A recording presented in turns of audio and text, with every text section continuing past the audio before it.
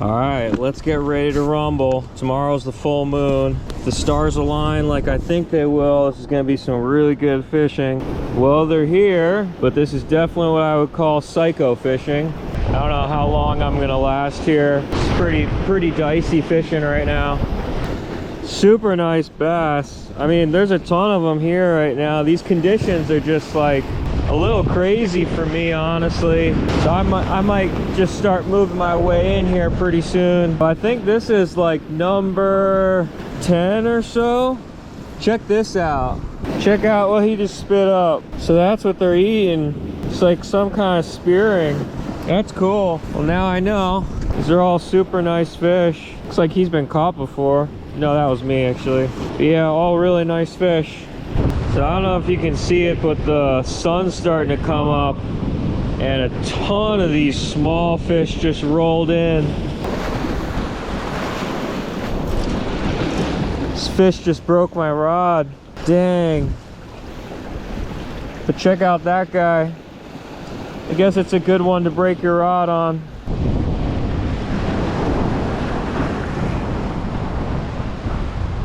$33. I guess a 33 is decent to break your rod on. What are you gonna do? Well, I guess a 33, 34-inch bass is not a bad way to break your rod. It happens.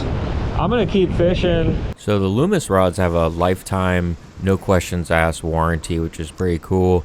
All you have to do is cut off the little area that has the tag, like the serial number area, and identifies what rod it is. You mail that out to Loomis, and the same time you register your rod and just sign up through their website, and they ship you one, no questions asked. And for this rod, the GCX model, it's $100, but I think that the NRX and the IMX models, I think those are like $200. But it's all lifetime warranty, no questions asked. This was totally my fault with the rod.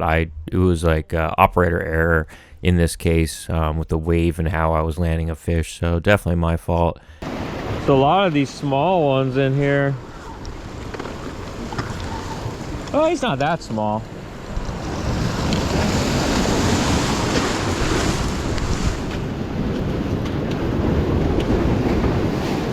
They're really getting active though.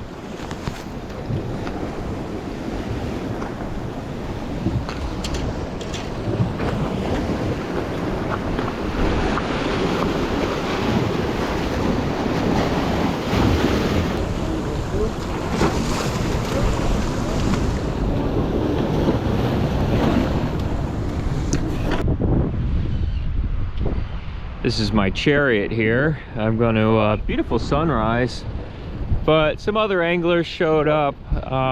They were casting white bucktails and they were hitting it immediately. The fish are definitely still there. I just I don't have any bucktails with me. Kind of ran out. I broke off a bunch recently, but the fish are really honed in on bucktails. That's why I've been getting them on too. I just fished there for, you know, a solid 2 hours by myself and probably caught over 20 fish. That 33.5 snapped the tip of my rod, but that's fishing for you. It looks so fresh. This person must have not liked bluefish or something. I mean, they left like the whole thing. It looks super fresh though. I wonder what happened. They left so much meat on there. They must have not liked it or something. I don't know. Strange. The plan for today is I'm actually going to be using more of like the Ron Z's, like wormy type baits.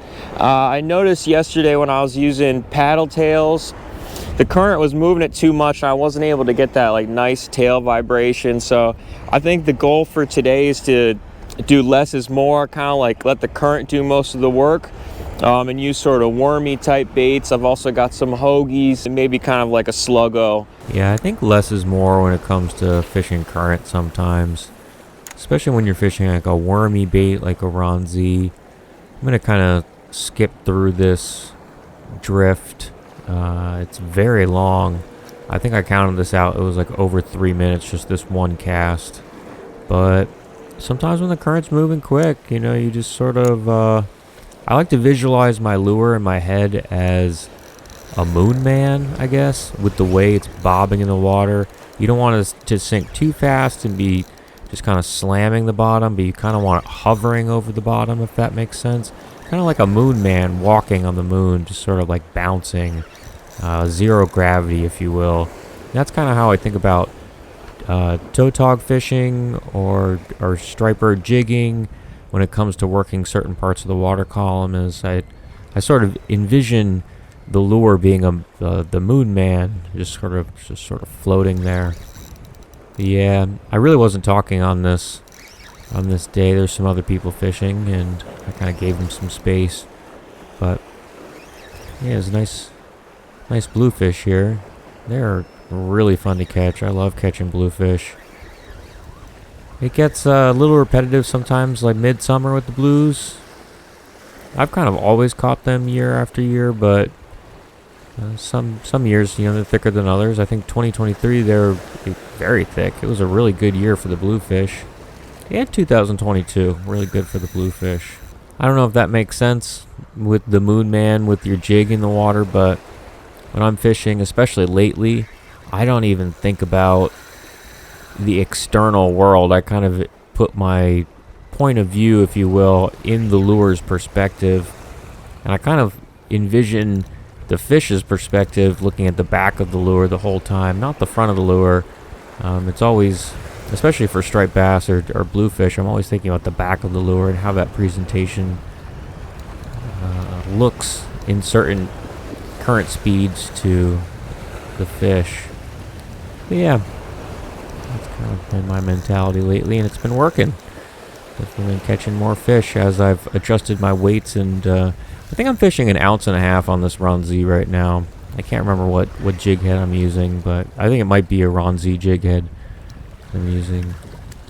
But constantly adjusting. A lot of people ask me how to fish current like this, and there really isn't an explanation for it, I guess, because you have to adapt the whole time. The current speed is changing day by day. Well, perfect size bluefish. I gotta go. I gotta do something tonight I gotta get ready for. So, and I'm also really cold, so I'm gonna get up out of here and do some link walking. There's a new Zelda out. I still haven't gotten it. I don't have a Switch, but yeah, I'm gonna eat this bluefish for lunch. I say we do a little catch and cook. But yeah, I'm gonna do a little salt brine with this bluefish. And I think what we're gonna do is make some pumpernickel bluefish and cream cheese sandwich. I gotta do something tonight, but I'm gonna go fishing again in the morning. So I'll just fill this bag up with some cold water and sea salt. Seal this up, shake it around,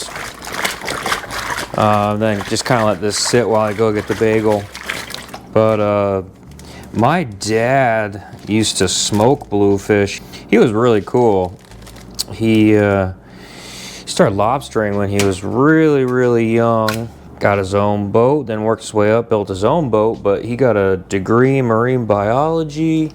When the lobsters died in the 90s, he started his own wholesale business, wholesale seafood business.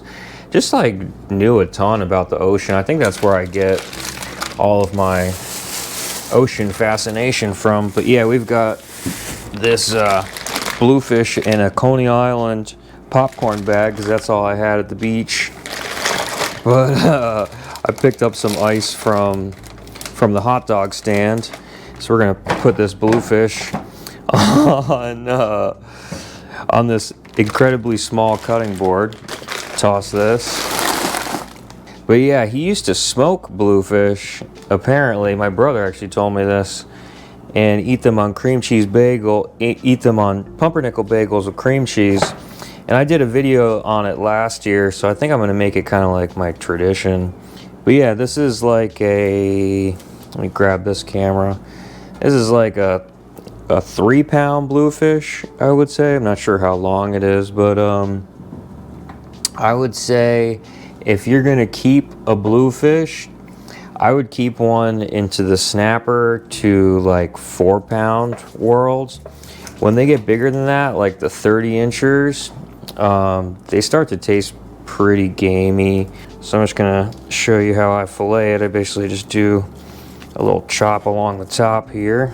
Basically, in the Long Island Sound in the 90s, I think it was 96, they started noticing the die-off happening. Not sure, still not sure how or why it happened, but I grew up during the whole process and just watching my dad go from being a booming, extremely successful lobsterman in the Long Island Sound to them all dying off was a pretty confusing time, honestly.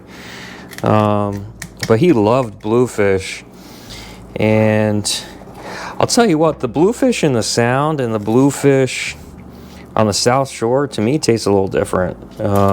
I actually prefer the ones on the South Shore, the ocean-bound migrating ones, and they all come inshore like the same time. That's our first fillet right there. I'm gonna put it right on top of my stove because I'm feeling lazy. But yeah, you can see the meat's actually pretty clean, and I've had it outside. I didn't even have this on ice while I fished. I just threw it on the rocks. But so I just do a slice right here, and then make a little etch on the top.